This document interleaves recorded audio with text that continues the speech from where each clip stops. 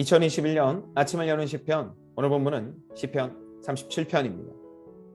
시편 37편은 이 땅을 신비롭게 주관하시는 하나님에 관한 내용입니다. 하나님께서는 이 땅의 창조주이시며 인도자 되시죠. 그런데 그 창조학 그리고 섭리와 인도의 모든 것들을 인간의 생각을 넘어서서 하실 때가 훨씬 더 많이 있습니다. 물론 몇 개의 경우는 분명히 인간의 생각과 유사하게 인도하시지만 하나님께서 주관하시는 모든 것들은 신비로울 뿐입니다. 특별히 오늘 이 긴 시편 40절에 관한 이 긴 시편은요, 이 두 개의 큰 주제를 가지고 신비롭게 주관하시는 하나님에 대해서 이야기를 하는데요. 특별히 그 하나님을 믿는 존재가 어떻게 해야 되는지, 그리고 이 땅에서 엄연히 존재하는 이 고통과 시련 속에서 어떻게 하면 그 하나님의 신비로움을 경험하게 될지 알아가는 시간이 되었으면 합니다. 먼저 1절부터 20절까지는요, 악인을 부러워하면 진다라고 이야기를 합니다.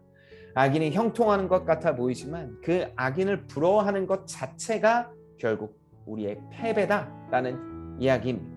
1절에서는 이 불평하다라는 동사를 가지고 이야기하는데, 이 불평하다라는 건 속이 끓어오르다, 답답하다, 화가 난다라는 이야기입니다. 악인의 형통함을 보며 부러워하고, 그리고 그것이 부러워함을 넘어 불평하게 된다라고 이야기를 하죠. 속이 끓어오는 겁니다. 나는 여호와 하나님을 따르는데 나는 이 땅에서 이렇게 힘들고 지치는 일들이 더 많은 것 같은 상황. 도대체 하나님 어떻게 하면 좋겠습니까? 라고 묻자 하나님께서는 3절에서 이야기한 4개의 명령형 동사, 의뢰하라, 향하라, 머물라, 삼으라, 이렇게 모두 하나님을 신뢰하지 않으면 나올 수 없는 행동을 이야기하십니다. 그러니 인생의 최고점에 하나님을 의지하고 하나님을 향하며, 그리고 하나님께 머물고 하나님을 주인으로 삼으라라고 이야기를 하고 있습니다. 이것이 4절에서 이야기를 하는 여호와를 기뻐하는 것, 여호와를 참 기뻐하는 것이라고 이야기를 하고 있죠. 그래서 20절까지 나오는 그 하나님의 사람이 악인을 부러워하지 않으면 어떻게 되냐? 21절부터 40절까지 이 복을 주신다라고 이야기를 합니다. 여러 가지 복들이 나오지만 대표적으로 23절에서부터 24절까지는 나의 걸음을 정해주신다라고 이야기를 합니다. 너는 이렇게까지만 걸으면 된다라는 것이 아니라 내가 걷는 그 걸음 속에 하나님이 함께하여 주시고 그 인도와 방향과 그리고 모든 책임을 주께서 지신다라는 겁니다.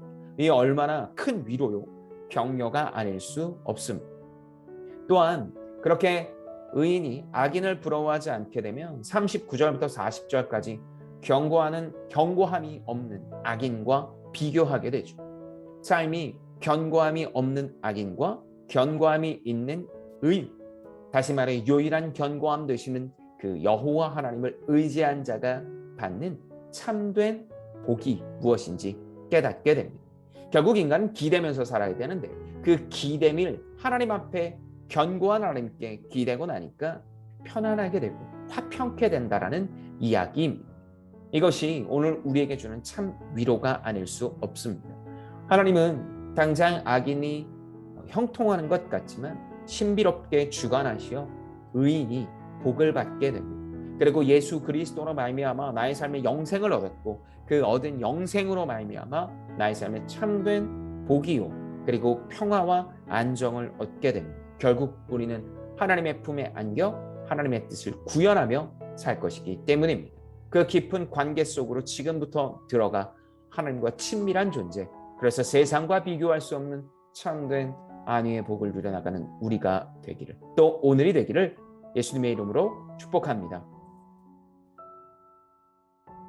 하나님 아버지, 지나온 인생을 돌아보면 하나님을 의뢰하고 기뻐하며 자신의 길을 맡기는 것이 옳았습니다. 그러나 우리는 끊임없이 하나님께 등을 돌리며 걸음걸이를 스스로 조정하려고 합니다.